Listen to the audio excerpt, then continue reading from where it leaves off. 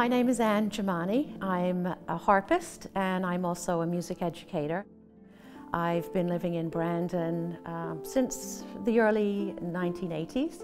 I came to Brandon initially to do a master's degree in piano performance. 10 years later, I had the chance to move to Iqaluit for a few years, and I couldn't take a piano with me, and I took a small harp and taught myself to play. And a few years later, I returned to Brandon, did formal studies on the harp with Richard Turner, the principal harpist with the Winnipeg Symphony. A year later, I was playing second harp with that symphony, and just recently decided not to do that anymore, but to focus on my playing here in Brandon, teaching in my studio, and also playing at the hospital.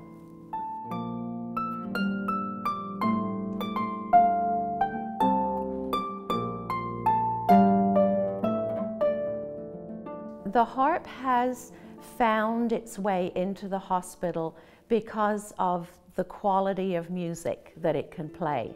It can create music of all different kinds. It can really speak to people in so many different ways. But the most important thing is, in all those different strains of music, it needs to create an environment that is calming, that is soothing, and that can then ultimately heal. It can relax the body, it can ease the worry, the mind and the emotion, and so it has a very calming effect.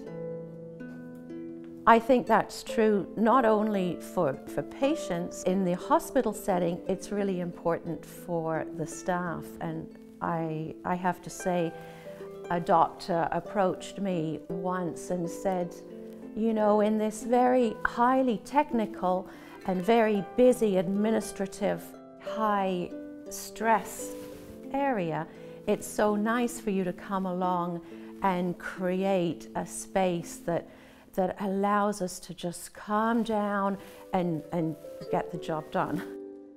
One of the most requested harp songs, it is, yeah. It's called Early One Morning, and it's an old English folk song, but it was on The Friendly Giant, yeah. When Anne comes to visit, it just, music seems to brighten your day. It's just, you know, somebody kind of out there caring and doing that for you. I know that I've been in other centers where they've had different musicians and things playing for free and volunteering. And it just kind of takes the edge away, and it makes you think that you're not really in a hospital or in a clinic, that you're actually, you know, almost like at a home. You feel comfortable.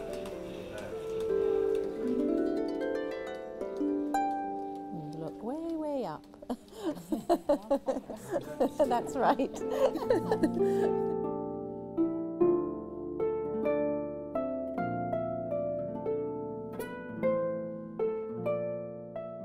Probably the greatest thing for me is to be able to take my harp into the hospital and to play music and to see the joy and the happiness that people get from hearing a song that they know, or just hearing me play. It's seeing people experience that joy that music can bring. Music can really add to the occasion. It can just give so much to an experience. Nobody wants to be in hospital, but it can make that experience just feel a little better.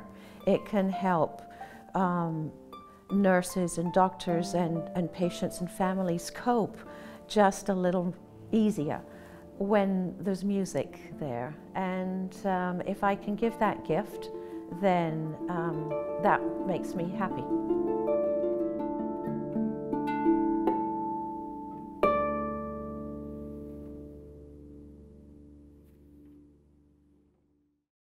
And here's another old one, In the Garden, a very familiar one. Some of you will know the words, so hum along. I come to the garden alone, My name is Peter Letkeman. I do a little bit of volunteering work and do a lot of singing and playing for seniors at hospitals and old folks' homes.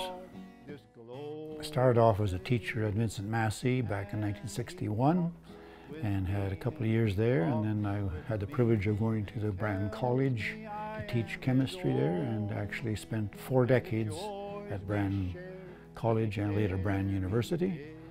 And had the misfortune of losing my eyesight for both eyes in 97 and 98, and so I had to stop my university work. I had time to myself from 97, 98, 99, and those years when I had my operations and was by myself in the house when my wife was working, and so I was kind of lonely, and so I'd play guitar just for myself. And then, of course, found out that it was a beautiful way of spending time, not just with yourself, but with others. And then it led on to playing in church, and I had a friend who took me to the hospital one day, and so I started playing at the hospital, and actually continued ever since. So I've been there since 2000. None other has ever known. For the patients, it definitely lightens up the environment. For the patients that necessarily are a little bit more serious, or they don't necessarily smile all the time, they come here and they're ear-to-ear smiles the whole performance. They're singing along. Some of them are getting a little bit exercise by tapping their toes and clapping their hands, and yeah. I think bringing the music provides a positive environment and just lightens the whole atmosphere to have music, especially a live performance. Blue eyes crying in the rain. My main reason for doing that every week, every Thursday, is that I feel a compulsion to give back to the community, and to give especially back to people up on that ward. And so I do it both entertainment but also inspirational. I hope that as I sing for them, that it'll connect with them both in their past, but also connect with them in their spiritual journey, whatever it may be.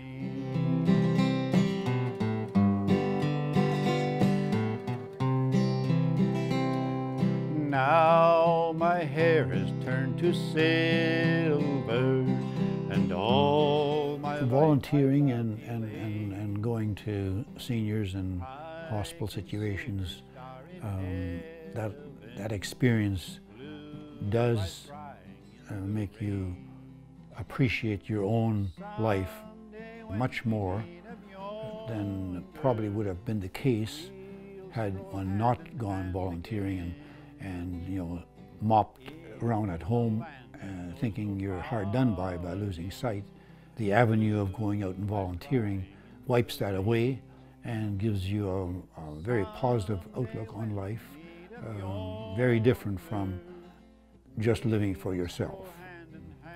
As the poet Henry Drummond says, the times you live are the times when you do things for others. Blue eyes crying in the rain.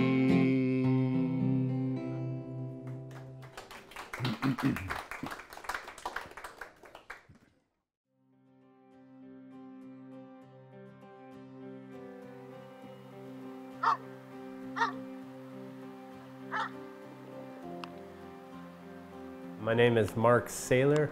I'm from Minnedosa. I'm a conductor for the CP Rail, and in my off time I volunteer at the Brandon Hospital with my dog Grizzly. Grizzly is a 3-year-old St. Bernard. He's 145 pounds, and before I got him I wanted to give some good back to the world, so I researched therapy dogs, and I found Grizzly in Swan Lake, Manitoba, got him at 8 weeks old, and we bonded right from the start. People call me his owner, but I see it as just being his buddy. We have become best buds throughout the last 3 years and have made an incredible bond. Me and Grizzly live just outside of Brandon. I have a quarter section of land, and it's great for a big dog like Grizzly to have room to run around. He's pretty much got the dream life out here with 160 acres, full yard, never sees a kennel, never sees a leash. He's free to roam wherever he would like on my land. Grizzly knows everything I do in life. When I pull out my work bags for CP Rail to leave for work, he gets sad. He doesn't want me to leave. And it's also the same thing for when I pull out his green therapy dog bandana that he wears at the hospital. He knows what that means. He gets excited instantly. He will yelp and bark and jump around till I get him in the truck. And then we head to Brandon to the hospital to do our volunteering, and he's excited from the minute he walks in the door.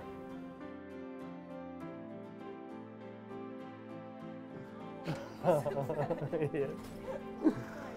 Who's that, Grizzly? Who's that? I think he just helps us forget about what's happening. Sometimes it'll just be so busy and you're just not even like mindful of like what's going on, and then the dog will show up and it's just everyone just like stops and takes a breath and like sees him, and even if you only have a second to give him a hug, he just like makes your day so much better.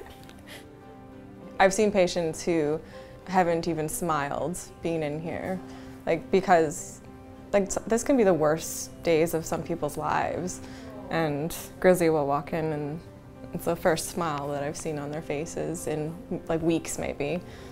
Yeah, it's pretty amazing. I believe in pet therapy a lot because dogs don't judge a person. All they do is love. From the minute a dog shows up to work with someone, they're wagging their tail and they just want to meet them and feel loved and give love, and it's a great way to help cheer people up. The children's ward is very important to us. The kids up there are definitely in need of something to help them get through the day.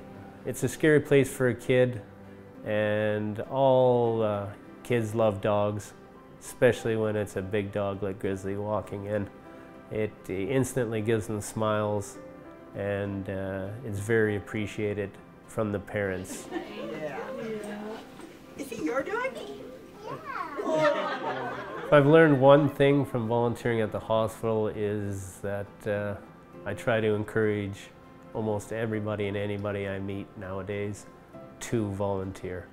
We need a lot more people volunteering anywhere in the world, whether it's at hospitals, whether it's helping out at a food bank, or anywhere that's needed. And I'm proud to volunteer at the hospital, and I'm proud to help encourage other people to volunteer.